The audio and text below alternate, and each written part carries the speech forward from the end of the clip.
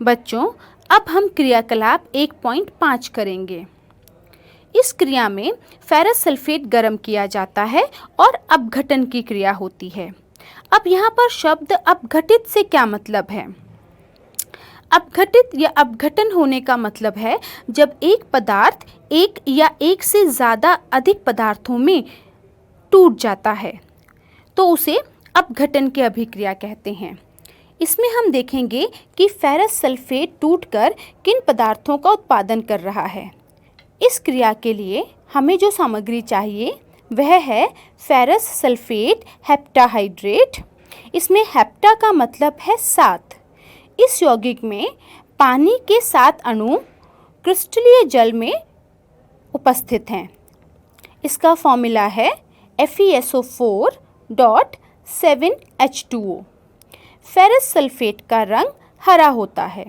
देखो बच्चों, यह हरे रंग का है। इस क्रिया में हम देखते हैं कि क्या क्या परिवर्तन आएंगे। इस क्रिया के लिए हमें जो सामग्री चाहिए वह है परख नली, होल्डर, स्पैचुला, स्पिरिट लैंप और लिटमस पेपर। इस क्रिया को करने के लिए हम स्पिरिट लैंप लेंगे, उसे जलाएंगे और परख नली में फेरस सल्फेट के कुछ क्रिस्टल डालेंगे। फिर उस परख नली को स्पिरिट लैंप की लपटों पर गर्म करें। अब हम देखेंगे कि इसमें क्या क्या परिवर्तन आ रहा है। इस क्रिया को करते समय परख नली को सावधानी से इस्तेमाल करें और परख नली का मुंह बच्चों के मुंह से दूर रखें।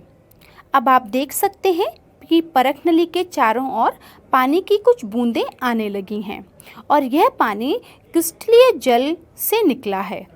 जब हमने इसे गर्म किया था तो सबसे पहले इसमें पानी के कणों को निकाला और फिर इसका रंग हरे से बदलकर सफ़ेद हो गया। अब आप देख सकते हैं कि पानी की बहुत सी बूंदें परख नली में आ चुकी हैं। आप इसे गर्म करना जारी रखें।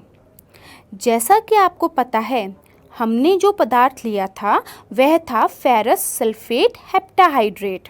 उसमें 7 अणु पानी के थे जो गर्म करने पर भाप बनकर उड़ गए।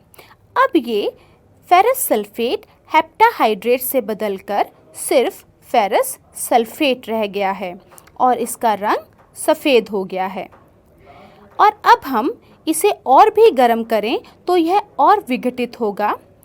इसमें सल्फ़र डाइऑक्साइड और सल्फ़र ट्राइऑक्साइड नामक गैसें उत्पन्न होंगी और पीछे फेरस ऑक्साइड नाम का पदार्थ रह जाता है, जो कि अक्सर हमने सुना है कि जंग होता है। यदि हम इसमें पानी डाल दें, अब इस परख नली में पानी भी मौजूद है और फेरस ऑक्साइड भी मौजूद है, जो कि अंत में जंग का रूप ले लेगा। इससे पहले हम गैसों का स्वभाव देख लेते हैं, जिसके लिए हम लिटमस पेपर का इस्तेमाल करेंगे। सबसे पहले नीले रंग के लिटमस पेपर को परख नली के पास लगाएंगे। अब आप देख सकते हैं कि इसका रंग लाल हो गया है। इसका मतलब है कि यह अम्लीय स्वभाव का है।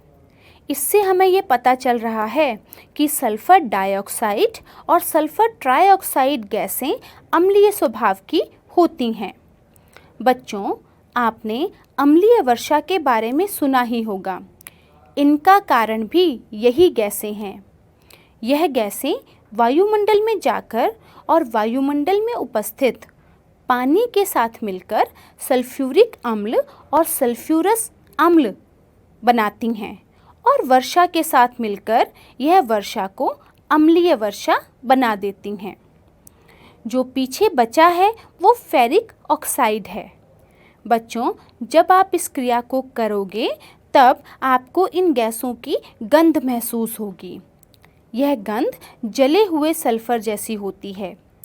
इस गंध को हम एक तरीके से महसूस कर सकते हैं।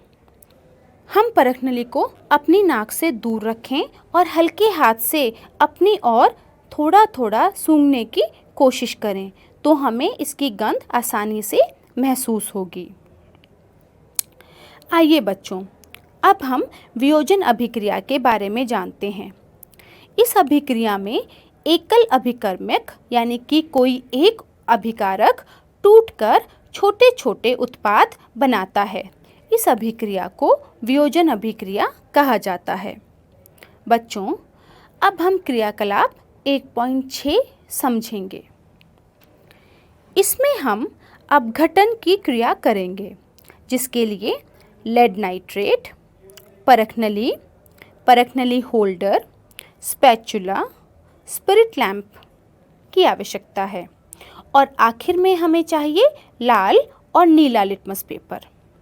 अब हम स्पिरिट लैंप की सहायता से परखनली में मौजूद लेड नाइट्रेट को गर्म करेंगे और देखेंगे कि किस प्रकार की गैस बाहर आ रही है।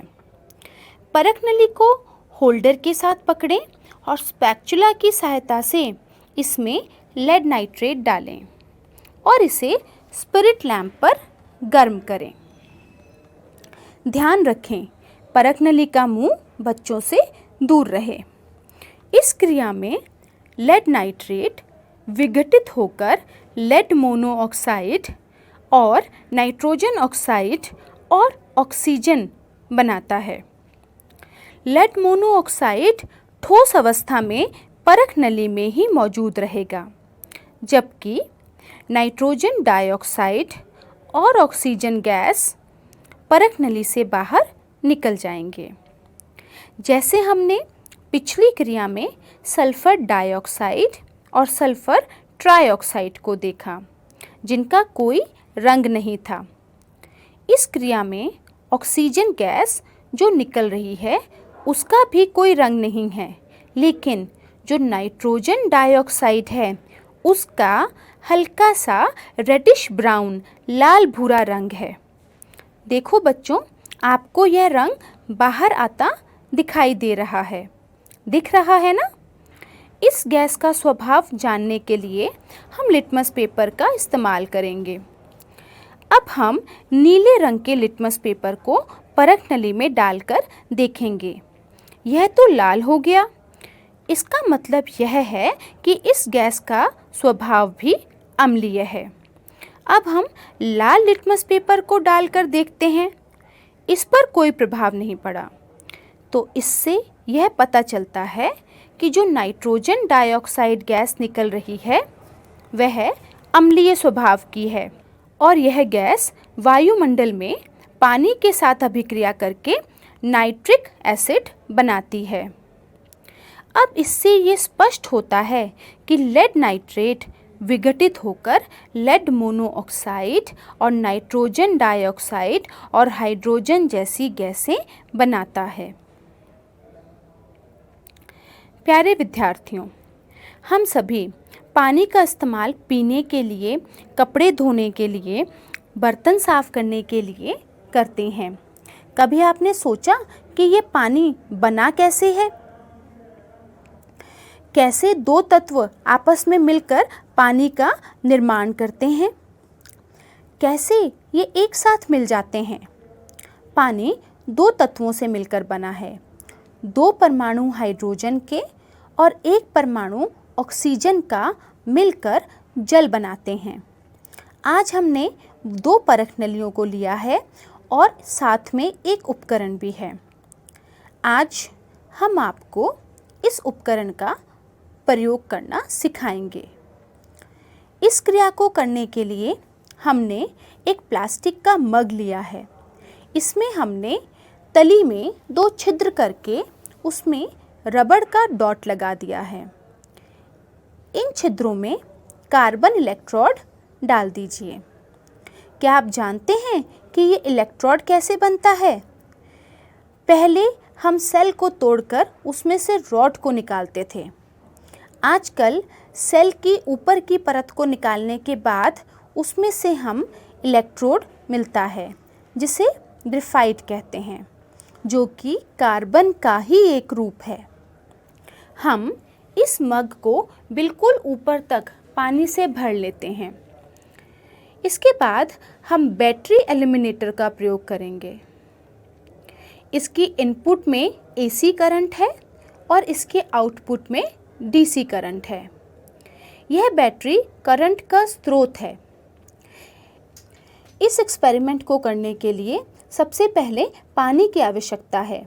पानी हाइड्रोजन और ऑक्सीजन से मिलकर बना है। जब हम इसमें से बिजली को यानी कि करंट को पास करेंगे तो क्या संभावना होगी? जो पानी शुद्ध होगा उसमें से करंट पास होने पर कुछ नहीं होगा। यदि हम उस पानी में थोड़ा सा नमक या अम्ल डाल दें तो उस पानी में से करंट आसानी से पास होगा और इसके परमाणु अलग अलग होना शुरू होंगे।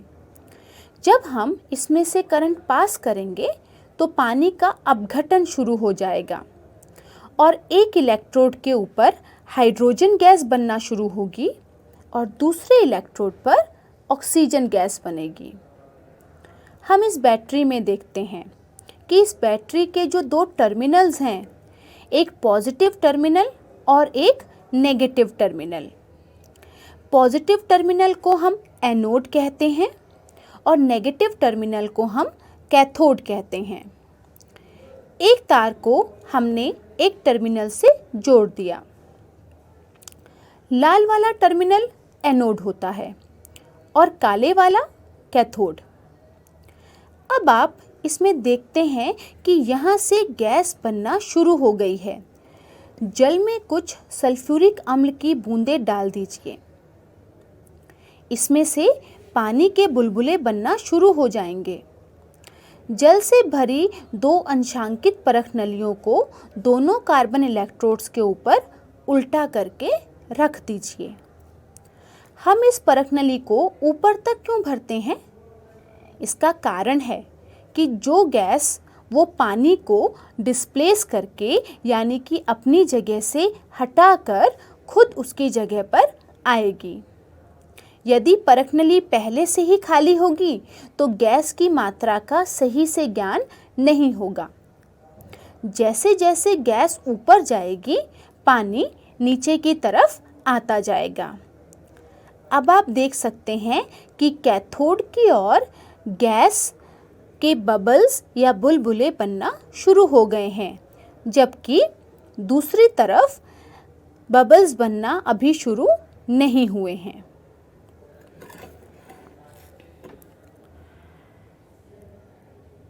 क्रियाकलाप 1.8।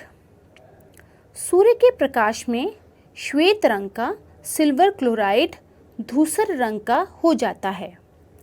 प्रकाश की उपस्थिति में सिल्वर क्लोराइड का सिल्वर तथा क्लोरीन में वियोजन होने के कारण ऐसा होता है। 2AgCl सूर्य की उपस्थिति में यह टूट जाता है 2Ag यानी कि सिल्वर प्लस Cl2 यानी कि क्लोरीन। सिल्वर ब्रोमाइड भी इसी प्रकार की अभिक्रिया करता है। 2AgBr सूर्य की प्रकाश की उपस्थिति में टूटकर 2Ag प्लस Br2 यानी कि ब्रोमीन गैस के रूप में निकल जाता है।